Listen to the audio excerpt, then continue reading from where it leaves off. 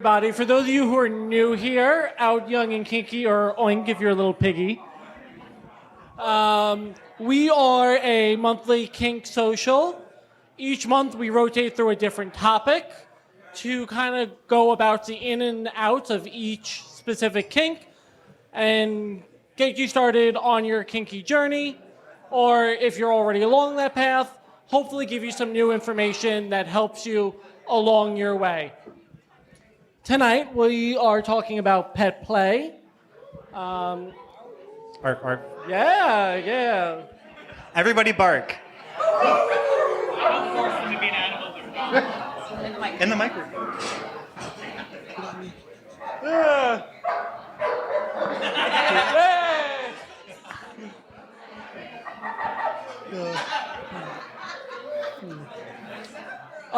Pet play has seen an explosion of interest over the last 20 years on the internet.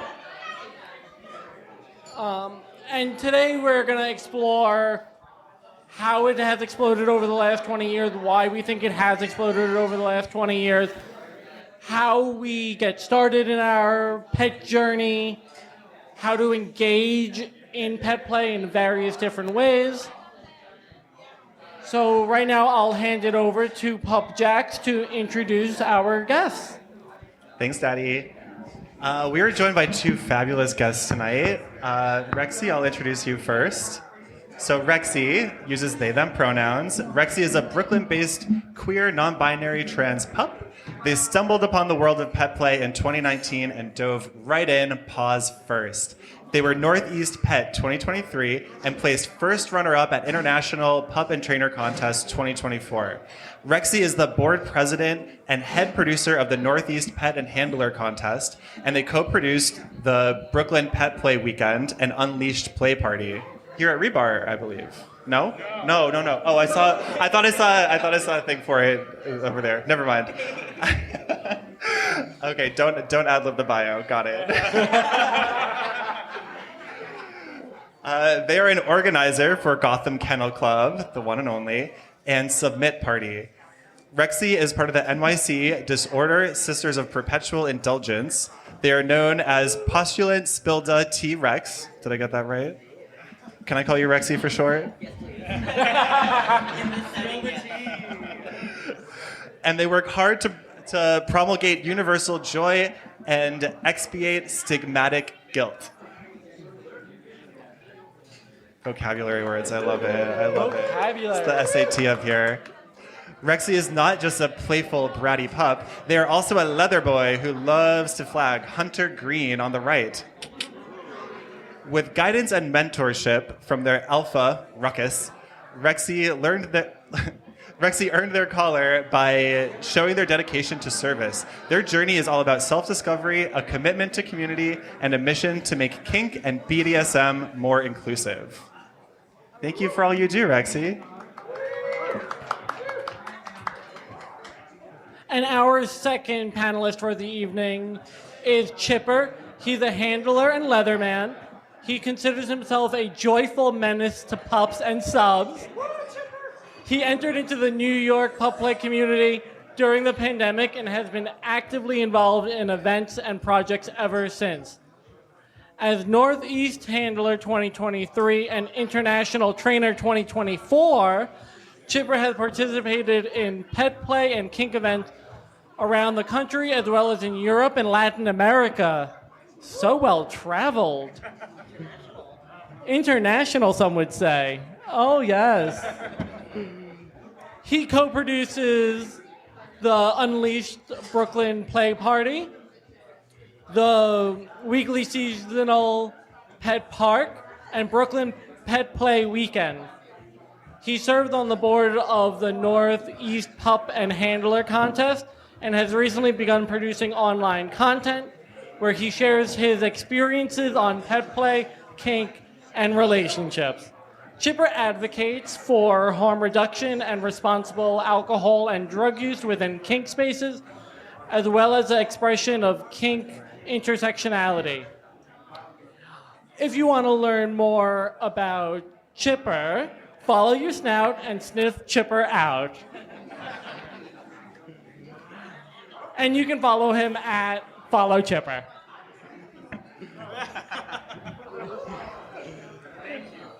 Oh my God. Welcome, you two.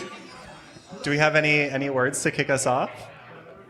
This panel is going to be a lot of really hard, repetitive P's that I'm going to mess up at some point in the microphone. Let's see how long it takes. So I always like to start the panel off with the same question, which is, where were you, how old were you when you first discovered your interest into pet play? Chipper, go first. We're following your lead. Follow Chipper.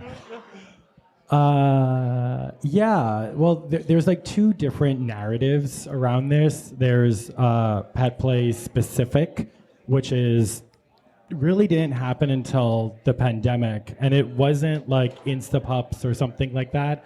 I worked at a cafe, and a pup came in with a hood, and I was all like, "Oh my God, I've loved seeing that. Let's be friends." And literally, that's how I got roped in. Like, he was a very enthusiastic, charismatic pup, and will make anyone into a pup that he meets or touches. But I had a lot of experience with a lot of different variations of kink play before that. A big part of my story is that a lot of my first times with a lot of role play or even like skill-based kink happened when I was I'm a former crystal meth addict, and a lot of my experience took place within that space. I got sober, and early in my recovery is when this happened. So I was kind of trying to reintroduce myself into a community kink practice that wasn't kind of isolated, and pet play was the thing that I was drawn to in early recovery, and that's how I got involved, in short. For me, I found pet play like 6 months before the pandemic, so I was really, really excited, and then I couldn't do anything. And I wasn't in the community enough to join in all the online things, so I was kind of sitting there waiting for the community to come back. I had found this article from the UK on Tumblr, and I kept on coming back to it over and over again, and it's that rubber pup that is very well known, and I don't know why I was so curious about it, but looking back, I'm like, because I was into that. And I had found a lot of trans puppies on social media and Instagram, and I had talked to my then partner at the time, like, I think I'm into this, and then watched the safe word on YouTube, and I was like, I want to try this. I bought myself a Mr. S hood, and the rest is history. I love it. Thank you both so much for sharing that. I feel like it sounds like kind of the thing that draws a lot of people into pet play and pup play specifically. Chipper, you said Instapups, and it sounds like both of you kind of had this like fascination with the pup aesthetic before directly engaging in it, which I think is like such a common story where you kind of see this thing out in the world and you're curious, but there's a community around it. So like, you know, how are you going to approach that community? How do you like engage in something that feels like an aesthetic goal, but is almost like insulated by something that you might not have direct access to? Asking questions. You see somebody out, like what Chipper had done with our friend and our pack member now. He talked to them. He said, that's cool. What is that? I want to know more. And I did the same thing, not in person, but on social media. I was asking the questions of, I see you, you're kinky, I think I'm kinky, I like the whole hood aesthetic and puppy play and playfulness, but I don't know how. So I think just asking the questions and doing the thing. Very pup energy, like, oh, I see that, let me go talk, let me go see. It's not that easy though. Most of us have social anxiety, and going to talk is easier said than done. This is true, What? A pup that has social anxiety or is neurodivergent? Crazy. For me, the attraction to puppy and pet play overall wasn't the aesthetic so much. Something that I noticed immediately was the kind of camaraderie. Like, I came from a space where I had so much, I think, trauma in relation to other men and how men related to one another.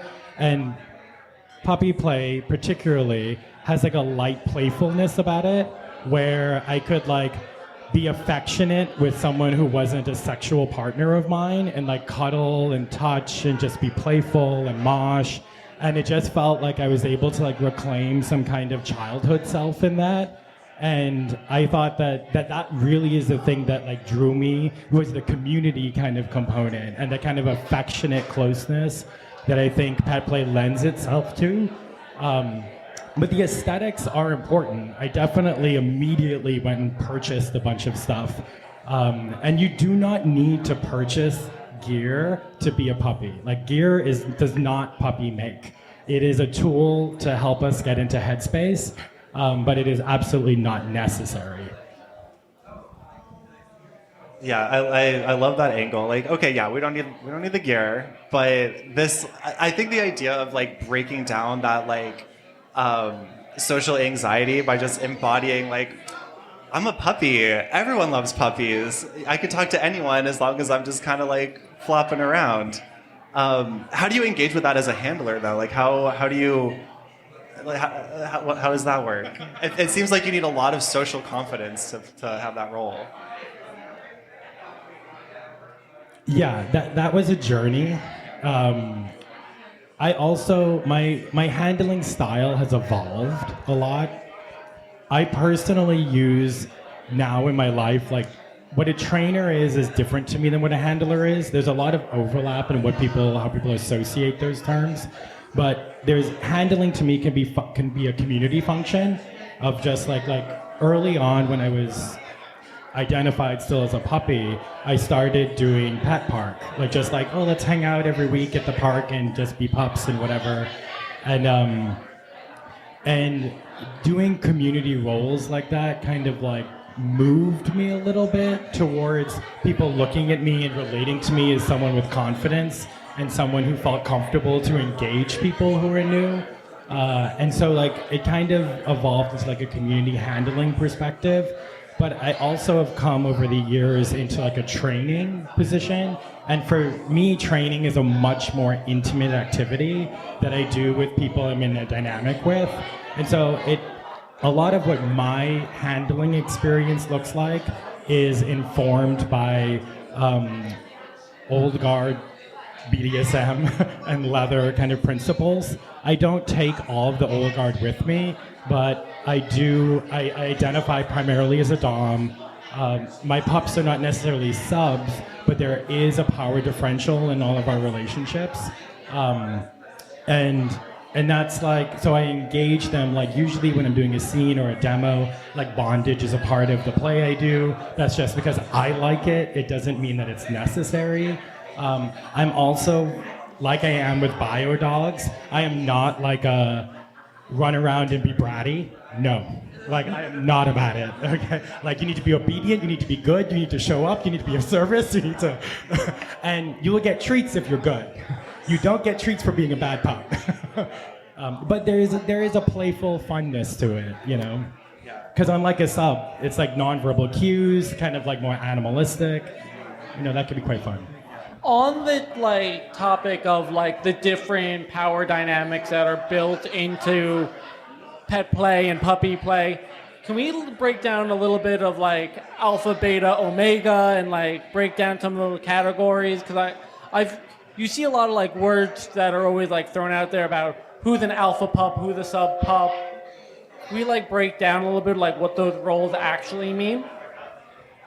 They mean something different to everybody, but kind of the broad idea is the alpha in any type of dynamic or pack. The alpha's at the top. They're the one who has a little bit more dominance. They're the one making the decisions, guiding. In my dynamic, my alpha is my mentor, so he's teaching me things. We have a very DS dynamic where it's also alpha and I'm his boy, alpha and I'm his pup, so we do that. So I'm a beta. In my perspective, betas are service-oriented. We are still leaders, but we are not the ones making the decisions. We're looking for somebody to be a little bit more supportive. And then in a pack dynamic, an omega is the bitch of whatever's going on. They're the ones who are mostly doing the sexual favors. They're the ones who, if somebody gives them a direction, they say yes and have to go do the direction. They are the followers, 100%. And omegas are needed, okay? It is a very valuable role. I want that to be really clear. Support the omegas. Wait, so Chipper, you mentioned something that I think is worth talking about, which is like brattiness in this dynamic. And like, Rexy, I know that you might sometimes be a little bit bratty. Is this true? So all my friends, we say that my brat brain speaks faster than my boy brain. So I do try very hard, and I do have service boy energy, but my brain works faster. My mouth works faster than my brain, and we will see it catch up. I'll say something, and then try and fix it, but it's too late. So yes, brat. Can a brat also be a good boy? Yes. That was fast. That was fast. Chipper, is that true? Can a brat be a good boy? Yeah, of course. Okay. You boys play nice, no hitting. Like, so I'm going to define what brat is for me, right? A brat is not, a brat is hyper wanting to engage, right? So like there's rules, there's protocol, there's activity happening, and what I consider like good, healthy bratty behavior is that in this case, the pup will know what they're supposed to do and kind of push it a little bit. They're seeking more attention, more affection, more play, more interaction. I think that's a good way for a brat to be, because then it's also fun for me to have to figure out how to like pull them back in, you know? There's definitely levels of brattiness where there's the brats that we're both talking about that are easily to manage and fun and understand what they're doing and understand I'm being a bratty puppy, but I know when to stop. And then there are the brats who take it too far. Yeah, if you're breaking agreements, if you're not paying attention to your circumstances or your environment, if you are not willing to even engage base agreements to get to the level that you need to play, if you've lost sight of the path we're on together, because that's the thing, this is a together thing with me, you know? And so I'm like, now you're like disrespecting me, or now you're disrespecting the process. And to me, that is not a brat make. Then you're just kind of falling into a territory that becomes a little bit problematic for me. So how do you navigate that in a dynamic? Because I imagine like quote unquote acceptable bratty behavior is corrected by things that occur in scene, right? As a trainer, you kind of redirect and guide, but when that goes beyond the scene to a point where it's not bratty anymore, it's just unacceptable. Like how do you navigate that? Yeah, do you boot the snoot to correct bad behavior? Different pups require different things. And if anyone who saw my video today, I usually know, because I have two different types of punishment. Like there's fun punishment, you know, and then there's the actual punishment. An example is, you know, one of my pups, Rufus, ball torture is fun punishment, right? So if I start hitting him in the balls, he knows he's being punished. He's getting this signal that he's being punished, but there's still pleasure and enjoyment within an activity. He has a thing about textures. Say you're autistic without saying you're autistic. And so if I say, I guess you'll be making the fisting lube later, he'll get in line. You know, he'll know that he will have to do it.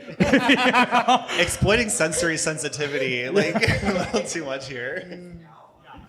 And so it's good to know the boundaries and what, I think the conversation around what obedience and punishment looks, because there's so often when I get approached as a handler is like, what do treats look like? What does reward look like? And that is an important component because we want to reward when good pups are being good. But also we need to know when to get them back on track. And often the treat is not sufficient. I think, again, going back to what I said earlier, like there's too much emphasis on this, like, I showed up, I get a treat. And I'm like, well, what did you do? I will say when Jax and I went to Mid-Atlantic Leather last year, it was so convenient to have a shock collar on him. It was unbelievably convenient. Anytime I needed anything, I just hit the button. I want one so bad. This is my version of like the ball tap, where it's like, it's, you know, a punishment I kind of like. Zep, give me a drink. All the other pups were very jealous of me. While we're on the topic of getting drinks, so we are at a bar, so make sure you do go up and get a drink when you need a drink. Make sure you tip your bartenders amazingly well. Why are you looking at me? That's the announcement. I had a question queued up. I know we said gear is not mandatory, but what's like the first piece of gear you would buy, and what's the last piece of gear you would buy? And maybe some motivations too. Like if gear isn't necessary, why would we want gear for this? Gear is pretty. Puppies like their colors. Blue and green is a brand on me. I love all my blue and green gear. Most pups will buy a hood first. There's ones on Amazon that don't last as long as a name brand hood, but they get the job done and they introduce you to sensory deprivation a little bit, what it feels like to wear a hood. And sometimes putting on that hood for the first time, you're able to access something in you that you can't without a hood. And then the next piece of gear that I always recommend after, if you want a hood, is knee pads. Because we all are all adults, and being on our knees, you should be having knee pads. I don't have my knee pads yet, but you're so right. My knees are always so bruised and scraped up. Well, you might like that, you know. No, I'm too old to like that. Yeah, to jump on what Rexy's saying, I mean, a hood was the first thing I got, and I really enjoyed it. It was the first piece of puppy gear I put on myself that was like, ooh, I can get into this.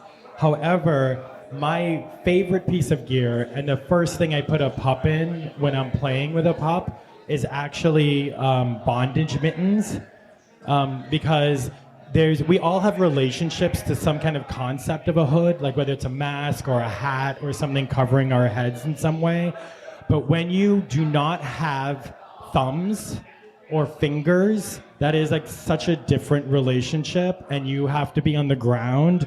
Like you realize that you just can't function as a human. You literally can't function as a human anymore. I just got a pair, and I'm very excited to use them the first time because I won't be able to do things. I won't be able to anticipatory do the service that I want to do so badly. I'm very excited for it. And pups can be very ambitious. At IPTC last week, I have a full-length leather cape that has these like leather dangles that goes the whole way down. My pup was leashed, in bondage, in BDSM mittens, and was able to tie it using his mouth and just throwing it around for like, it took him 5 minutes. But he was able to do it. Where there's a will, there's a way. That's incredible. I have this one dom that I play with. These kinds of predicaments are like his favorite thing in the world. So he'll like put some like bondage mittens on me and have me like unlock a puzzle box or something. And the first time he did it, I was like, this is so stupid and a waste of my time. But then I got it and it was so rewarding. I mean, how much more of like a dog can you be? Yeah. You know? It's like chewing up my Nintendo, like what my dog did when I was, 5. Can we, while we're on the topic of gear, can we talk about headspace a little bit? Because that is such a huge part, I think, of this kink. For me personally, like my journey into pup play, it wasn't even something I thought about until this guy that I was dating happened to have a pup hood like in his home, and I put it on one day, and I was like, oh, I think this is for me. It's actually this like Mr. S style one at the very end. No, that one. And it has like this mouthpiece that sits like on your jaw so you can't speak or anything, and it moves up and down like as you talk. And it like functions as a partial gag, so the only noises you can make are like pup noises. And like I feel like a switch just flicked in my head, and I was like, oh, everything makes sense now. I think I'm a pup. So I'd love to hear about how like the two of you interact with that headspace, how you navigate it with and without hoods, how the hoods help you get into it, whatever. I, in the beginning, needed my hood to be present at an event because I was that socially anxious puppy on to the side, not really comfortable in my own skin. And it's been a really interesting trajectory for myself personally because at events now, the hood is just on my belt as an accessory. I don't wear my hood often because I have become Rexy everywhere besides work. I in vanilla spaces with people I've known my whole lives. I'm now Rexy because that's the truest self. And for myself, there's no way to separate my regular name and Rexy. They're one person. I'm playful. I'm more confident. Becoming Rexy helped me find all those things.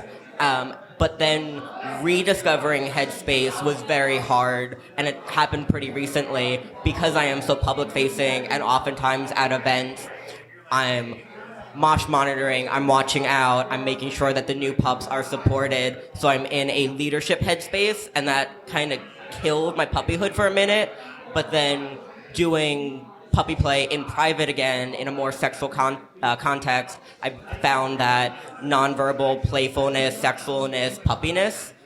So for me, there are two very distinct headspaces.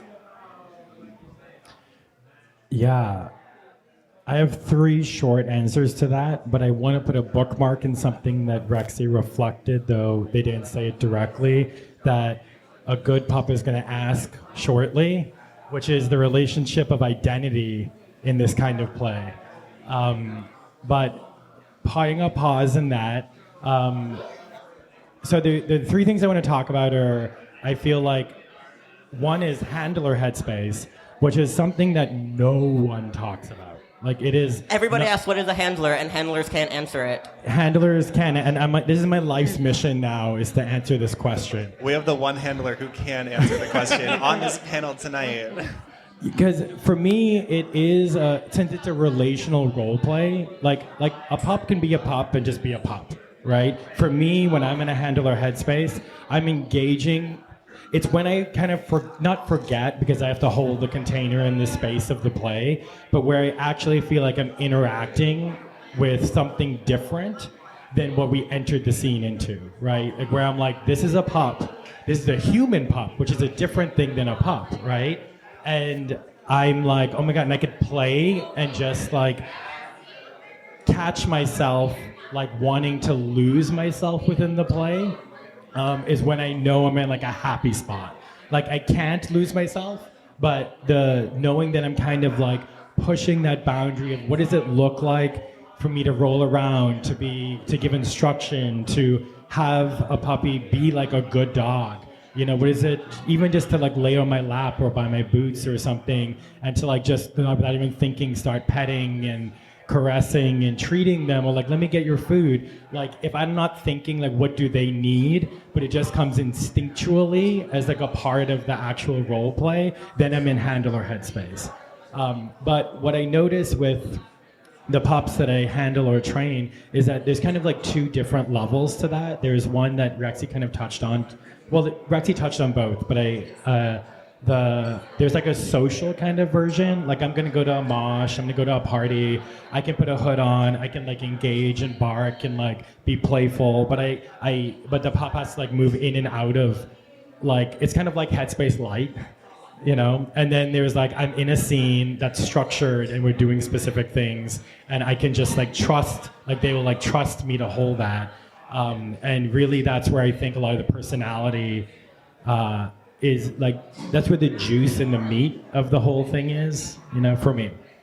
We also come to pup play from leather, the 2 of us, and there's a large upcropping right now of puppies that don't want anything to do with leather, and the way that they interact in pup and in event spaces is very different. And the 2 of us haven't been around that long, but now we've been around long enough to kind of see the next version of what pet play is becoming. So there's also those differences in headspaces.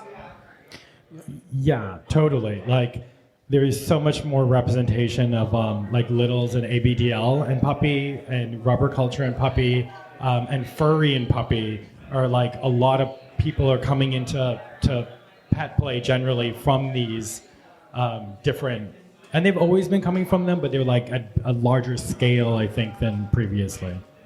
I want to go into that a little bit while we're on the topic of like evolving from one kink to another. Like pet play has just like exploded on the internet, and I don't know like who your union rep is, but like they're phenomenal. But like I remember the first pup play scene I did, and it was like very much like focused on the degradation aspect. It was you're a dog, you stay on the floor and you eat and drink out of a bowl, and it was like the very like old guard leather intense scene focused on power dynamics. And I want to get more into like, do we have ideas on why it has evolved away from that? Do we have opinions on it evolving away from that? Hot takes. We want hot takes. Yeah. I have no shortage of opinions, but we don't have enough time to cover them all. Oh my.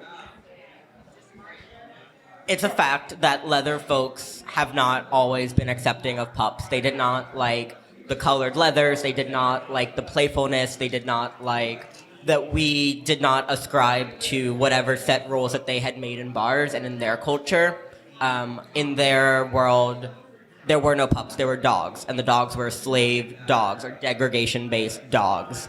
But slowly the dogs turned into boyhood and more into subs that had a voice, and these subs and these boys who were also pups started speaking up and finding their place in the community and asserting to their doms, asserting to their community members of, no, like, we're here and I'm supposed to be in this space with you, and my identity is becoming more playful, and my identity is not just degradation based. Yeah, and I while we talk about this, I think it's important to also like look at like even leather has this, like we have like an overarching idea of like leather culture, like World War II and Leathermen coming back and being accepted and identifying masculinity and coded culture and vetting process and how leather bars became a safe. Like, yeah, that's a narrative, right? Like that's the kind of overarching narrative, and thank God we have it so we could tell stories that fit into it and also contradict it. And like what Rexy said, I think that there was like, I'm curious, I don't know this for a fact, but like furry culture also blew up in the 80s, right? And then into the 90s, and we see like an evolution of possibility, I think, forming in a post-80s culture. And I don't want to underestimate the AIDS crisis within this and how many people died and how many people, like leather clubs are alive because they had to adapt. You know, they had to be like, literally, people died, you know, like, and we're going to create something new, something more inclusive, something more accepting. And so leathers had to evolve because of those circumstances. And other circumstances in the 2000s even, there was like another kind of shift in the early 2000s within leather culture. And I think a part of that is like gender inclusivity and trans representation and being included into the mainstream narrative. I think also with puppy is that you can't take it away from internet culture and the internet becoming accessible, computers coming into homes, smartphones coming out. Suddenly you're able to like see an image that you weren't able to see before, or watch porn that you weren't able to watch before, or be exposed to so much more. And then that coinciding with social media, like there's like you have the computer, you have the internet, you have social media, then you have like more intense social media. And with that, like, we live in a capitalist society. I work at a leather shop. We need to have leather shops. We need to support bars. These are like, this is not detached from community work, that we need things to make money in order to sustain them within the society we live in. And I think responding to that is like the accessibility of products, right? Like it's very different. Like would we have as many puppies interacting today, playing today, if we didn't have Mr. S, Mr. Bear, whatever other companies producing? Like, would there be that many people here? You know, I don't know. And it was also the rising up of pet and handler or just pet groups in general. I don't know when the first one was created, but the like becoming social groups, like how there are leather clubs, pet and handler groups have been around for at least 20 years. And these people finding each other and making community and then showing up at bars and then showing up at events and having a presence in the community. quick plug for the contest for IPTC, not for NEPA. Sorry, you could plug that. Yeah, that contest has existed for over 20 years in different forms, not the exact same way, and it's also gone away twice. And so each time it's kind of like changed and evolved with the times, but there's been representation of people doing things for a long time.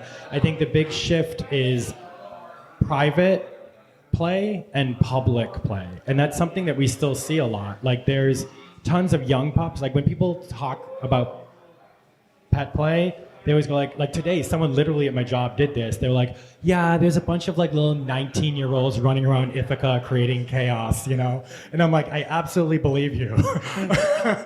But people forget that there's also pups who are like in their 40s, 50s, 60s who are not visible in the scene, and most of their play and their interactions and their knowledge stay behind closed doors. Not necessarily, in some cases because they want to keep it there, in some cases because they don't feel reflected within what puppy has become. And yeah, so like what we see isn't necessarily, I feel like there's like, isn't what we see isn't what we get. Like, isn't there some like, what is that? Yes, Tatiana.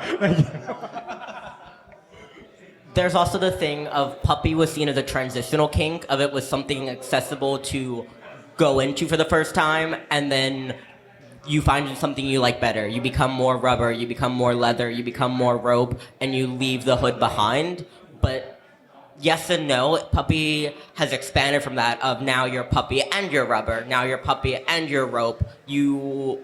It's not something that you age out of, and that's a big misconception, and that's something that has been changing of people staying with the kink for a much longer amount of time.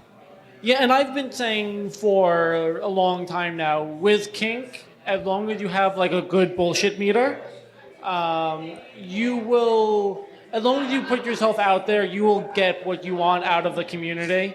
You do need a decent bullshit meter. There is a lot of bullshit out there, and so knowing how to vet people is always important. But if you're honest and put yourself out there in a genuine way in the kink community, it always comes back to you. Yeah, I agree. I mean, it sounds like we're describing like this dynamic of, okay, we have these like old school pups who have been here forever, and then this huge group of like, young twinks who it's their gateway kink, and it's aesthetic and it's cute and it looks good on Instagram, and it's a way to like kind of be anonymous in certain settings. And like, I would love to hear both of you talk a little bit about how like, how that dynamic plays with like, it almost feels like there's some exclusivity around the younger group at the same time as being this like really easy way to enter into the kink world, where like if you're a pup or you think you're a pup or you're interested in it and are trying to enter into that community, it's a little scary, right? Because like there are a lot of pups who look really good on Instagram, or who travel in packs of like 20 19-year-olds. And like it's so true, because there are folks who have been in the scene forever and don't get that same recognition. So how are like I'm just interested in your like comments on that dynamic and how folks can like make their way into that almost like cliquey kind of young pup thing that's going on. Controversial statement. Get into it. Let's get into it. Oh wait, now I want to do that like that death becomes it, but first a warning,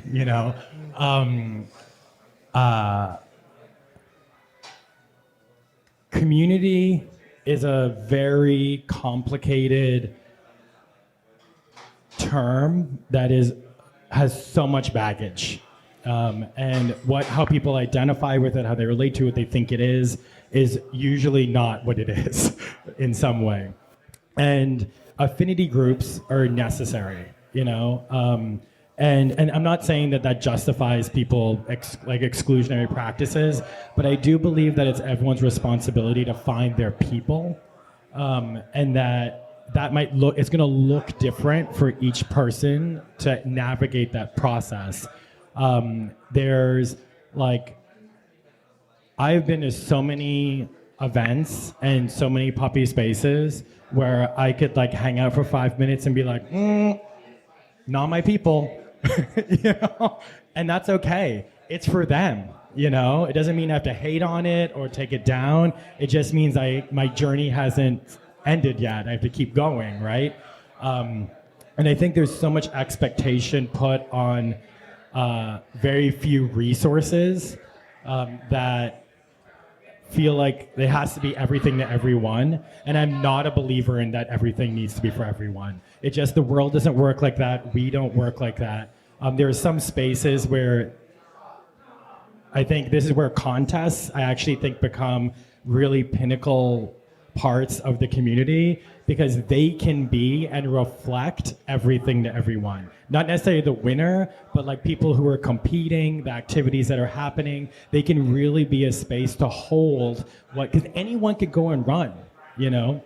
And you get to showcase and see a wide reflection of how people do handler, how people do puppy, how people do other types of pet play. And in other smaller groups, I think it's not gonna, you have to be willing to push through the discomfort that the first place you go is not gonna necessarily be the one where you're like, I'm home. Not everybody you see on social media is as happy as you think they are. Just fully pulling back the curtain. Those smiling puppies online are What are you not. talking about? People lie Wait, that's on the not real? internet. The ones you see on the internet are just as socially anxious as you are. Remember that what you see and the ideal that you are putting on that you're seeing on social media, 9 times out of 10 is they're struggling too, they're anxious too, they're feeling the same way that you are, and maybe they found their people, or they're sitting in that group of people taking this photo, but they're not happy, they're feeling alone. So it's really nuanced, because it's easy to scroll and to see the puppy photos of 15, 20 puppies who all look the same and are rubbing up against each other in social media and being like, well, nobody likes me. I can't do that. I don't deserve that. And going through that thought spiral. But knowing that reality is always different than what you see. And like what Chipper had said, being okay with being uncomfortable and being okay with, actually, this group isn't for me, but I can walk 20 feet in the bar and try and find a different group of people and connect with them.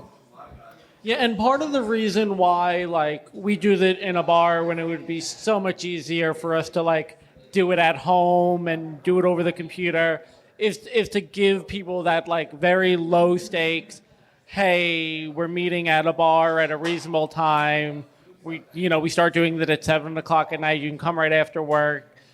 Pack your hood in your backpack and come straight here.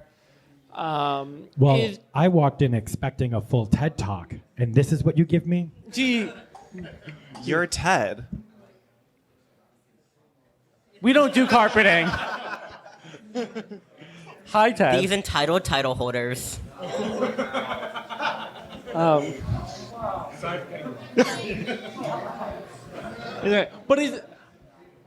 there are like very low stakes, very informal kink social pet play events that people can go to. You don't have to jump directly into a play party, and you don't have to jump directly into a mosh.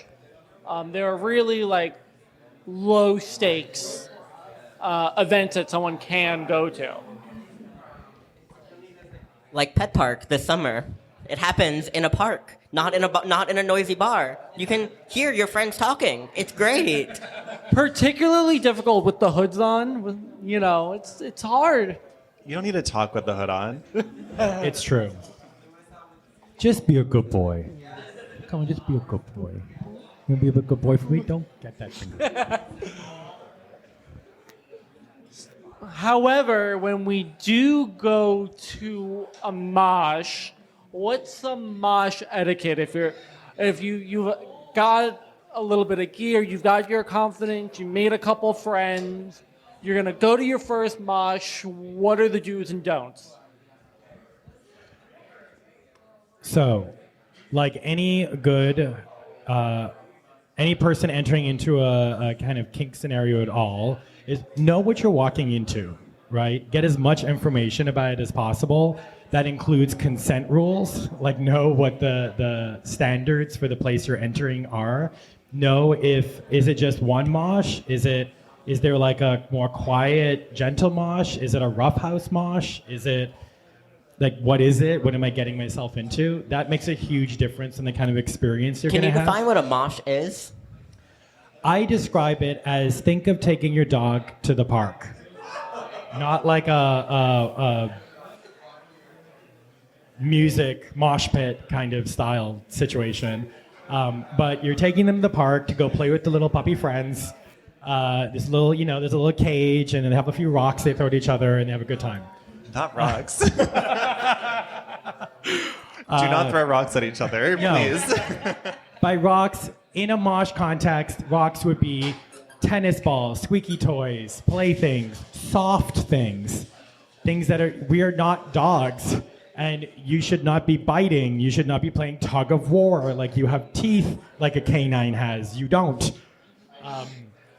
You want to avoid certain kinds of gear when going into a mosh, anything that could pretty much cause harm to someone else. So typically boots, shoes, those kinds of things we leave off the mats. It's also hygienic to do that, but you don't want to accidentally kick someone or hit them. You want to take off anything. If you have your cool spiky collar that you got, leave it off the mats. Okay, you don't want to stab someone's eyes out.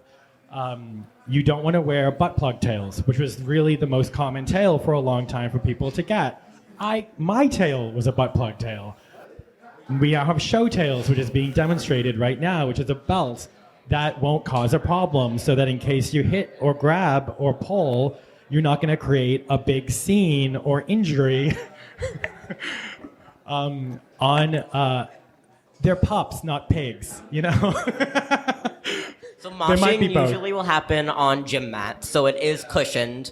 And I remember 2 summers ago at Pet Park, I was a leader at this point already, but was feeling very unconfident in my skills. And like, I don't know, I fucked around and found out, and now I'm here and people are asking me questions, and I'm now don't know what I'm doing. And I had asked a more established pup, and I made the joke of like, Grandpa, how do you mosh?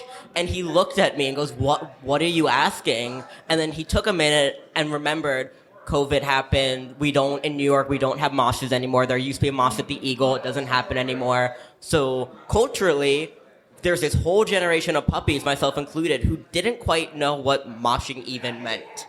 So a lot of times on a mosh mat, pups will turn into the game of pass the ball. And Chipper is shaking his head. I also don't love the game of pass the ball. But some pups do love it. They're just using their hands, and they're going like this, and then somebody pushes it back, and then somebody pushes it back. It is mind-numbing. I can't deal with it. Other pups are more wrestly. I am a wrestly pup. I will roughhouse and tumble, and more what you think of somebody wrestling on mats is. Or there's the quiet mat, where the kittens are, where the more lap dogs are, where the pets who just want cuddles and head rubs and lay down and take up space. So every pet does mosh differently, but those are the like kind of two overarching spaces. But Chipper, what do we do? What do the handlers do? I was just going to get into that.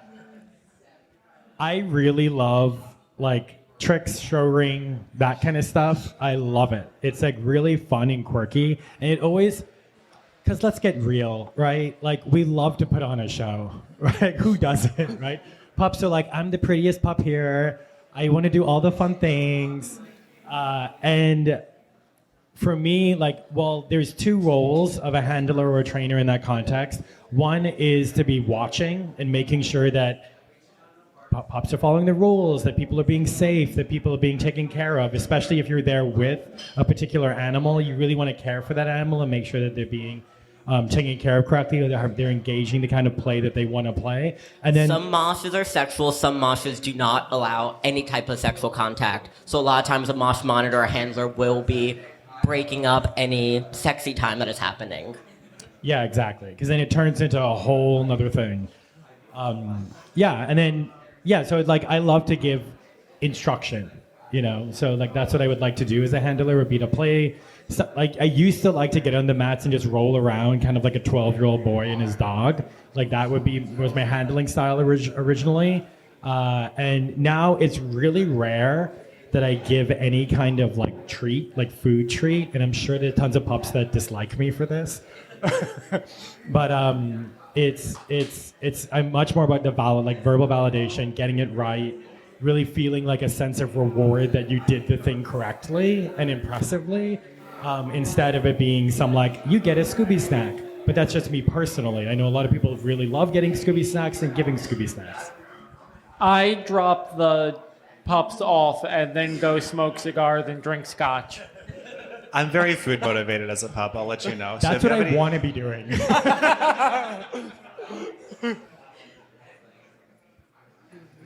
I'm very food motivated, so if you have Scooby snacks. And that's a great way for somebody who's not a handler, who's not in the community, who's seeing the pups and it's like, they're really cute. I don't know what to do. I'm bored and they're all moshing. A Scooby snack and a head scratch or having the Scooby snack and asking them to sit is a great way for a human to interact with a mosh that's happening. Absolutely. Like, I think, define a Scooby snack.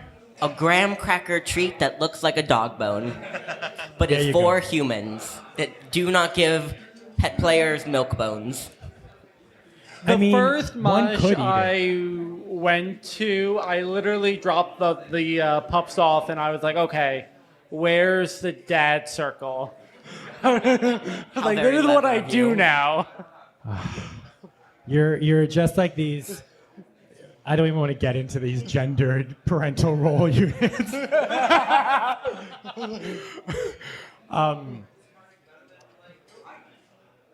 Go over to the circle. What one's yours?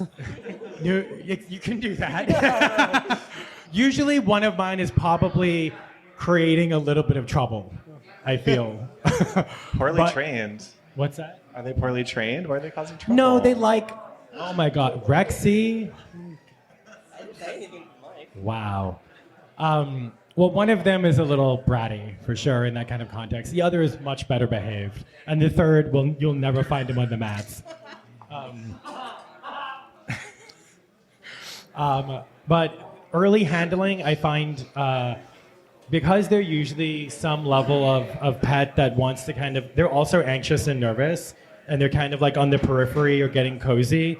Go hang out with them. Like, just give them some pets, give them some rubs, give them attention. At the end of the day, we all want like affection and attention from the play experience. And once we're respectful and consenting in doing that, like, it's just like seeing who needs the most help. Like, I think that's a really good way of thinking of community handling or mosh handling. It's like, who here needs me more than who's necessarily making the most flashy noise. I like the flashy, but the person who needs the encouragement to, like, I often see people like wanting to get on the mats, but kind of like too anxious, and I'll go over and just start chatting with them, like, what's going on? Have you ever moshed before? And kind of giving them the encouragement to just enter into the space.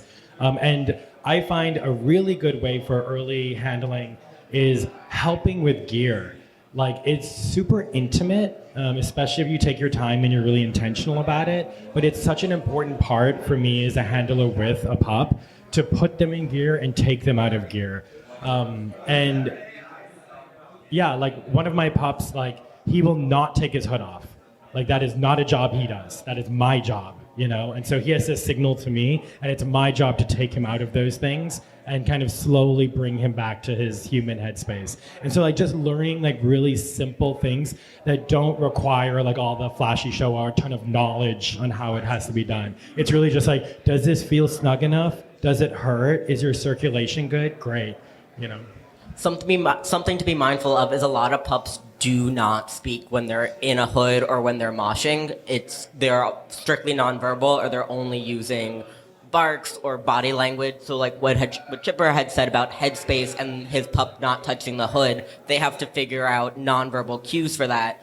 And as a new person walking into a mosh and seeing a puppy that you want to engage with, that pup might not speak to you. They might not say words, but body language is really important. And even newer pups, their body language will speak volumes of, they'll use their head to nuzzle up, or they'll bark, or they'll yelp like that's not something that they want, or they'll give you their paw if their mitt needs help. So picking up on nonverbal things is also going to be really important.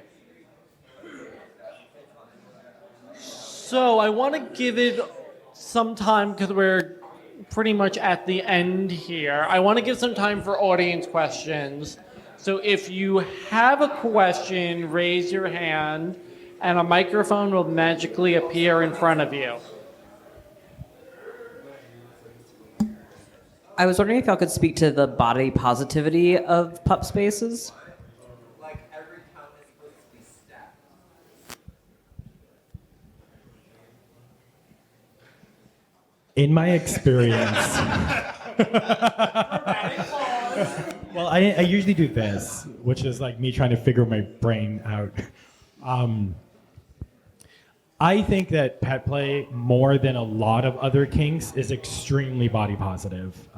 There are limitations that we have within, if we're talking about gear, I think that a lot of companies could do a lot better to make gear for different size bodies and different type of bodies.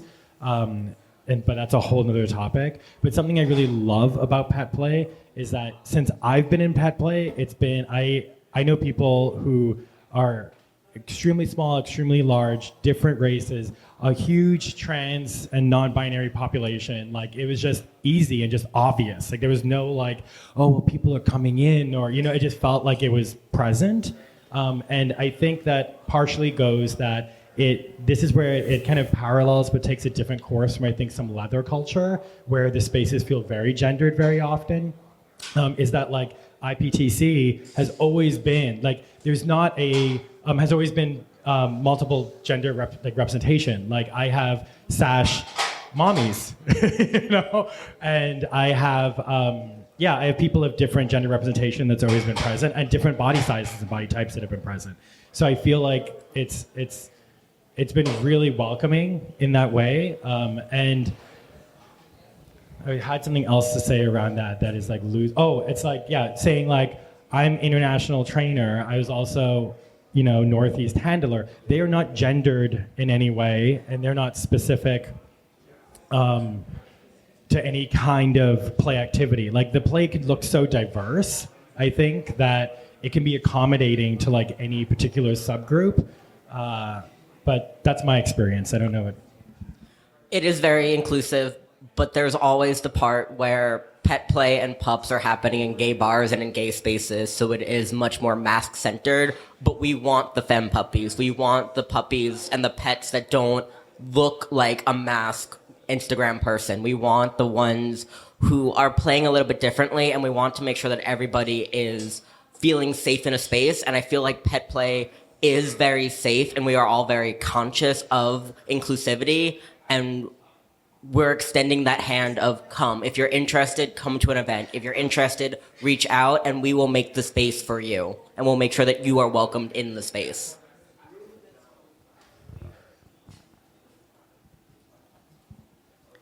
So the topic of this evening is pet play. We've heard a lot about puppy play, and I'd love to hear a little bit more about the other types of pet play. I produce Northeast Pet and Handler. Pet play is becoming more common and more mainstream. There are critters, so there are foxes, there's kittens, there's wolves, there's a lot of raccoons, there's a land crocodile somewhere that I know of, there's bunnies. So the pets are more unique, and they don't play the same way that puppies do, and puppies is the dominant culture, but pets are becoming more common and becoming more integrated. Yeah, totally. I mean, when I was going through my handler transition, the thing I really say is I'm a goat. Like, when I talk about an animal, I feel like a goat. Like, I just want to be perched high up there, eating all day, kicking people. Like, that sounds Spitting. great. That's really Spitting. beautiful. Sounds great, you know? And handling changes a lot depending, because what's really nice about, though we call it pet play, the term critter is so much more wide open, because there's a lot of animals that Rexy just named that don't identify as like domesticated animals. And so it's like like a lot of the times they don't require a handler, or what a handler does is like a different kind of function. It might be behind the scenes of the play. And that can change and evolve depending on what it is. And there's also, I feel like we're seeing more what Rexy alluded to with kind of like hybrids. And I think thinking of like the furry fandom and aesthetics and like hybridizations and like does it have to be real completely? Like, there was someone, Cody, who you compete against, was like a cat dog, like hybrid, and not the show. They weren't. They didn't have two heads. But the cool thing about it is that, sure, it comes from a history and a tradition that we've touched on, and it is dominated by puppies, and that is changing. But something that I think why youth culture is attracted to it is because it can really be quite expansive in like how you want to envision what it is, how you going back to identity, how you identify, and or not. It's open-ended. There's also ponies, and ponies have their whole culture that is completely separate from pup and even pet play. And I don't know anything about ponies, but the running joke in the community is that pups are terrified of the pony players because they play It's true. hard and their gear is incredible. But they do exist. I just can't talk on them. Yeah, there's a lot of felines as well. I recently met a Ponies do whole have the flock best of birds. Wait. What did you say? No, the pony that have the best mouth gags. Oh, sure. Yeah. I recently met a whole flock of birds, and they were mostly trans women in New Jersey who had named themselves after Linux commands. That's the most on-brand thing I've ever heard. Oh, it was incredible. I was like, am I on acid? Like, what is happening here? I love it. And they were so lovely. Like, this one girl came in with a pigeon mask that she had 3D printed, painted, and sanded, and was a pigeon. And it was great. It's fantastic. They're the evolution of Rexy. Thank you for that laugh. We get bunnies, sometimes at Unleashed. We've gotten 2 bunnies. One of them literally brings a package of arugula, and there's literally a full-on insertion, like whole scene happening. Lube is everywhere, and there's just this arugula laying around that they're like nibbling on. It's amazing. That's peak bunny behavior, just nibbling on the lubed up arugula on the floor. Yeah. Seasoned. I know we're coming to the end, but I do want to just touch on something I've alluded to twice, which is about identity, is that I want to give people space to be like, you do not have to, it doesn't have to be your identity. Like, it can be, and a lot of people relate to like their puppy persona as their identity, but you can also just like it and move in and out of it and just be a thing that you do and enjoy, and that's totally 100% valid, right? Like, it doesn't have to take over your whole personality in order to enjoy pet play. We can't relate.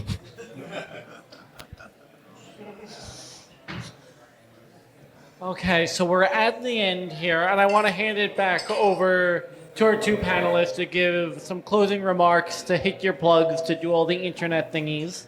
Plug your plugs, babies. Plug the plugs. So, thanks for inviting me. I have to do my formal it's the pageant, Do the pageant speech. thing. Yeah. Thank you so much for having me here, Rebar. Thank you for hosting us. I appreciate it. Closing remark would be, if you're curious, just get involved. Whatever that looks like for you, at whatever pace you need. You do not need a handler tomorrow. You do not need a pack tomorrow. You do not need to ever call yourself an alpha, beta, omega. You do not ever even need to go to a community thing. If you're curious, just be really open to it, and give yourself permission to walk into it to the level that you're okay with. Me, Chipper, the easiest thing to do is follow Chipper. That is literally all of my socials on my website. Instagram, Telegram, Twitter, Blue Sky. Follow Chipper. All one word. You can do it. What do you do? Follow Chipper. Yeah, exactly. When's the next Unleashed Chipper? Well, I don't know when this is coming out. Oh, fair. All right. There's still people here. The biggest thing I'll plug is the Northeast Pet and Handler Contest is happening in October in Philadelphia. It's going to be our first time in Philadelphia. We're very excited for a new city, and that is October 10th to 12th, and that is the Northeast Pet and Handler Contest. Absolutely. Come out. It's going to be amazing. It's going to be great. Philly's great. Has great pet play scene. And when you follow Chipper, some of the things that you'll get tidbits on are parties like Unleashed, which is a play party, gender inclusive. We do demos. It's a lot of fun, great for first timers who've never been to a play party before. You'll get information about Pet Park, which is going to be happening from June to September every week in a different park in New York City. You'll get information about Brooklyn Pet Play Weekend, which is the second weekend of November. We'll be doing workshops and parties and socials. You'll just get like tons of information about things going on in the pet play scene. And one more thing, Gotham Kennel Club is New York City's pet and handler group. We have our monthly bar night on the third Tuesday of every month at Rock Bar. And to find Gotham on Instagram, it's GKC Pups. And I look forward to seeing some of you there. All right. Give a hand, you guys. Give us a hand. Give them a hand.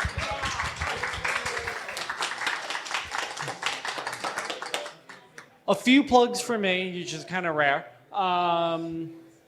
I am in the process of starting my Shibari art gallery again, where I invite Shibari artists from around the world to come to New York City to do a big live gallery showing in Chelsea. I am now officially partnered with a not-for-profit, so I am now able to accept tax-deductible donations. So if you would like to support the art gallery, I have links for everything on my social media at YoungDomNYC at everything. That's where most of my attention goes to now, is like getting the gallery to be a yearly functioning event and really getting artists, you know, as much as I love performing at the bars, it is something very like validating to be at a formal gallery and do something that is where I don't have to worry about being blinded by strobe lights. Yeah, oh yeah, there's no more Instagram anymore, so fuck Meta. What's the gallery called? The gallery is called Bound Affairs, and I am aiming for October again. But I am still working with the venue to figure out dates and everything. Oh yeah. Oh, you could follow it. That is so true. We have hours. I forget. You can follow the event at Out Young and Kinky on Instagram, and the podcast goes online under OYNK, Out Young and Kinky, OYNK, Out Young and Kinky. And for wrapping it up tonight, always like thank you to Rebar for hosting us here in Chelsea. You put up with all our kinky nonsense and let us take over the bar. I want to thank DJ Jay Clef because he deals with audio and sound equipment and does all the things that I am too stupid to do. And a huge thank you to like the people who like help organize it behind the scenes, as being like Pup Jax, who's on the panel with me tonight, for Parrish, who helps me organize and deal with social media, and Edu, who does all the graphics and the video that's playing behind us. Like it is a big teamwork that like comes and somehow pulls it all together every month. I still don't know how we do it. But thank you everyone for coming out. We have one more plug from Chipper. Just one thing that's for the room. So there is a party, a collaboration party that Unleashed is having with Fawcett in 2.5 weeks called Piss Pops. If you're into water sports and pet play, or just one or the other, you don't have to be into both, but it is going to be on Sunday, May 4th from 4 to 9 p.m. It's going to be a lot of fun.